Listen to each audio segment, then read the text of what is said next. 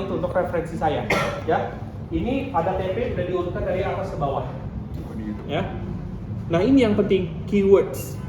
Yang kanan dihilangkan punya saya. Nih, ini adalah kata utama kita, decision making. Jadi nggak perlu digubris. Nah, decision making biasanya dikaitkan dengan keywords apa aja. Bisa di supply chain, bisa di life cycle, bisa di manufaktur tadi keywords kita ya. Bisa di economic dan social impact, bisa di investment, bisa di risk assessment dan sebagainya. Ini adalah beberapa ide-ide teman-teman yang bisa teman-teman kaitkan. Decision making di supply chain, ya, decision making untuk sensitivity analysis, ataupun nih decision making di industri 4.0, ya, di scheduling untuk mengukur efisiensi, melakukan forecasting, ya, perencanaan, peramalan, menggunakan machine learning, artificial intelligence. Ini adalah metode, ya. Sampai di sini dapat gambaran ya, kira-kira keywords apa yang bisa dijadikan sebagai tesis, ya. Misalkan SCM di bidang, saya pengen decision making di SCM dengan menggunakan genetic algorithm, ya, ataupun intelligent programming, ini metode. Efficiency, forecasting metode, machine learning metode, artificial intelligence metode. Komponen dari title apa? Kemarin, komponen dari title, judul. Harus ada metode, ada tujuan, ada objek. Benar? Ini adalah metode, intelligent programming, genetic algorithm, forecasting, machine learning, artificial intelligence adalah metode. Teman-teman udah ngelihat metode yang sering dipakai.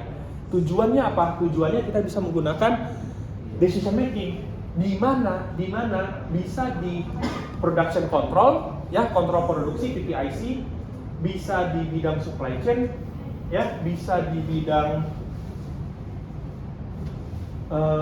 industri, ya, 4.0, bisa di sales, ya, forecasting untuk sales dan sebagainya, ya, kira-kira seperti itu. Dapat gambaran umumnya, ya. Bisa juga kita melakukan LCA, life cycle assessment, deep learning dan sebagainya, ya. Oke.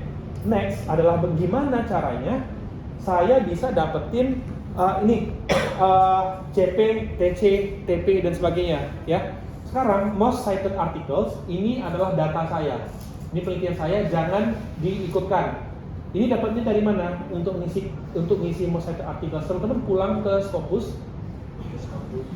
balik ke Scopus, kembali ya harusnya, kembali ke Scopus. Kemudian teman-teman sort cited by highest. Nah, itu nanti di copy satu-satu dari judul artikelnya sama year-nya, sama autornya. Ini autornya ya.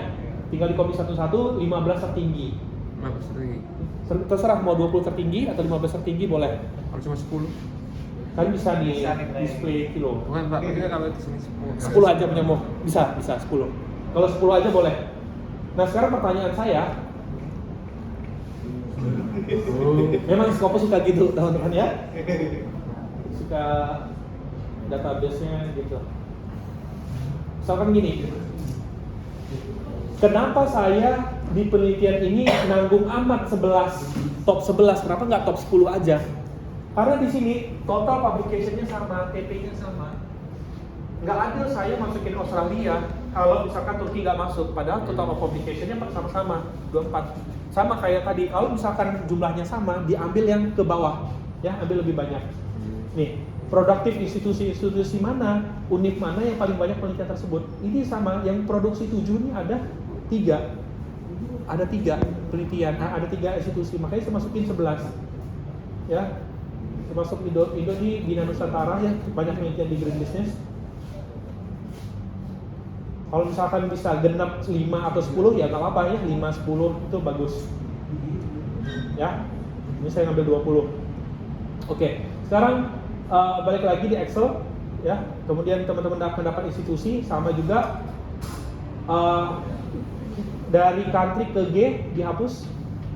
Yang dipakai hanya TP sama persentase, total publication dan persentase ya.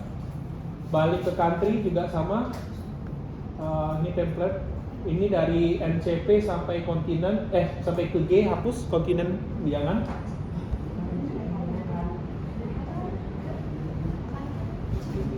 Si itu ya. Kemudian source types udah. sampai country aja.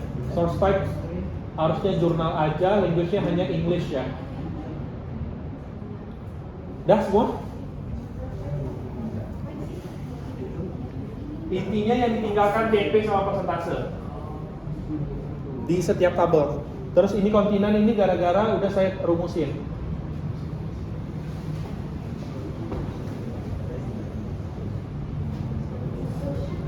Hilang. Ya, ada yang bisa dibanting? Ada yang bisa dibantu? Ya. Udah semua? Belum?